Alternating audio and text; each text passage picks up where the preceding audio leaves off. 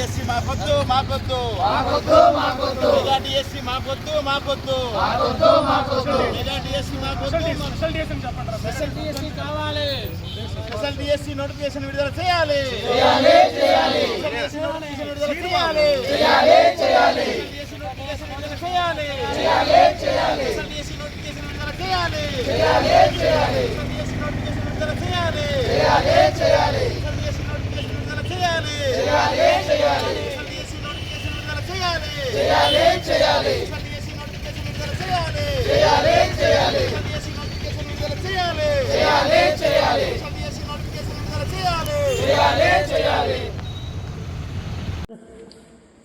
నా పేరు మాణిక్యం సమరెడ్డి, దొండకర్ణ ఉద్యోగ సమితి కేంద్ర కమిటీ ప్రతినిధిని. పత్రికా మిత్రులందరికీ నమస్కారం. మరి నిన్న విడుదల చేసినటువంటి డిఎస్సి మెగా డిఎస్సి నోటిఫికేషన్, దాన్ని పూర్తిగా మేము వ్యతిరేకిస్తున్నాం. ప్రభుత్వ చర్యని మేము ఖండిస్తున్నాం. మరి ఈరోజు పాడేరు ఐటీడీఏలో జరిగినటువంటి పాలకవర్గ సమావేశంలో కూడా ప్రజా సంఘాలు తీవ్రంగా వ్యతిరేకించి ఐటీడీఏను ముట్టడించడం జరిగింది.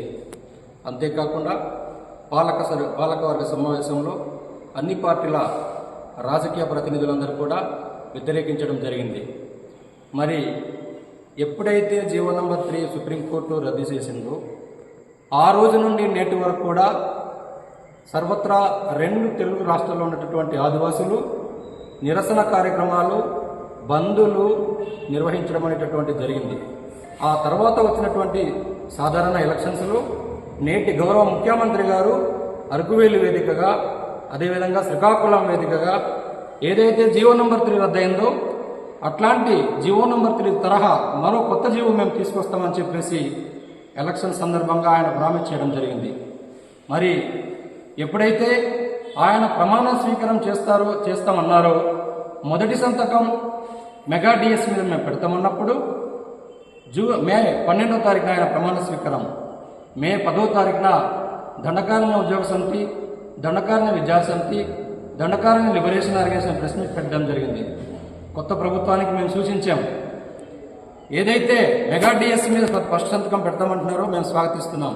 కానీ 5వ షెడ్యూల్ ఏరియాలో మెగా డిఎస్సి కాదు, స్పెషల్ డిఎస్సి కల్పించాలని చెప్పేసి మేము ఆ రోజు ప్రభుత్వానికి విన్నవించడం జరిగింది. అయితే ఆ రోజు నుండి నేటి వరకు కూడా ప్రజా సంఘాలు, రాజకీయ నాయకులు కూడా మరి ఆ నిర్ణయాన్ని తప్పుపడుతూ స్పెషల్ డిఎస్సి కల్పించాలని చెప్పేసి జీవో నంబర్ 3 తరహా కొత్త జీవో సృష్టించాలని చెప్పేసి మరి డిమాండ్ చేస్తుండడం అంటే జరిగింది.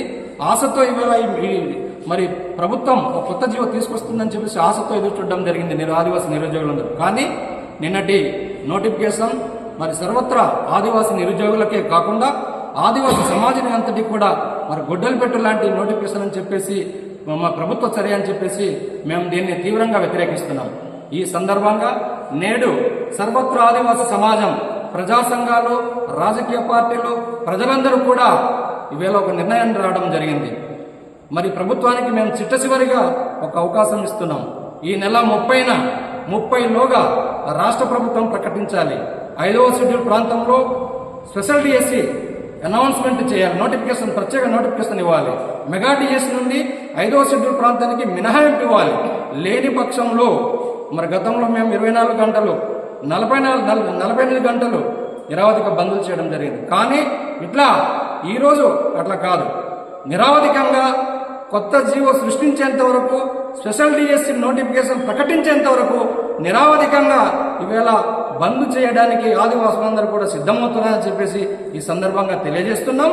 అదేవిధంగా నేడు ప్రజా సంఘాలు, ఉద్యోగ సంఘాలు, విద్యార్థి సంఘాలందరూ కూడా మరి సమ్మర్ హాలిడేస్లో ఆదివాసీ జనాలందరినీ కూడా అన్ని గ్రామాల్లో ఉన్నటువంటి ప్రజలందరినీ కూడా కదిలించడానికి ఈవేళ సన్నద్ధమవుతుందని చెప్పేసి ఈ సందర్భంగా ప్రభుత్వానికి మేము విన్నవిస్తున్నాం.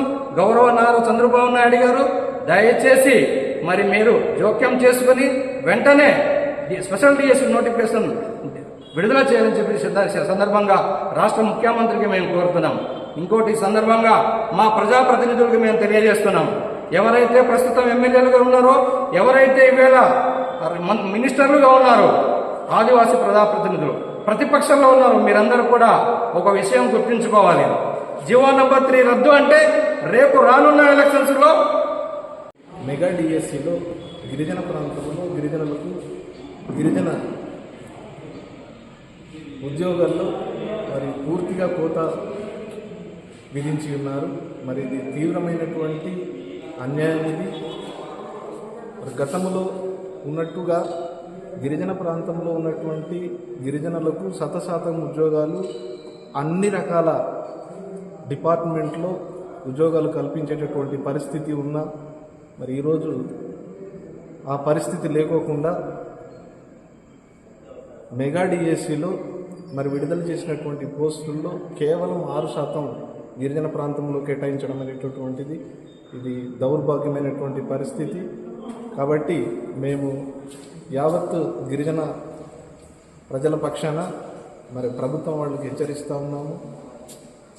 గతంలో మరి గౌరవ ముఖ్యమంత్రి వర్యులు వారు ప్రచారంలో వచ్చినప్పుడు గిరిజన ప్రాంతంలో జీవో నెంబర్ 3 కొట్టివేసినటువంటి ఆ క్రమంలో మరి దానికి ప్రత్యామ్నాయంగా ఏదో ఒక జీవో ఇస్తామని చెప్పేసి వాగ్దానం చేసి ఉన్నారు. ఆ వాగ్దానాన్ని నిలబెట్టుకోవాలని చెప్పేసి గిరిజన ప్రజల పక్షాన మేము డిమాండ్ చేస్తూ ఉన్నాము.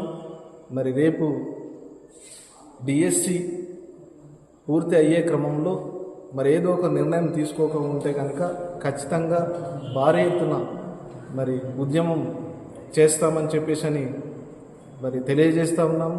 కాబట్టి గౌరవ ప్రభుత్వం వారు ఆలోచించి గిరిజనులకు మేలు చేకూరే విధంగా గిరిజన ప్రాంతంలో ఉన్నటువంటి గిరిజనులకు 100% ఉద్యోగాలు అన్ని రకాలైనటువంటి డిపార్ట్మెంట్లో కల్పించాలని చెప్పేసి డిమాండ్ చేస్తూ ఉన్నాము.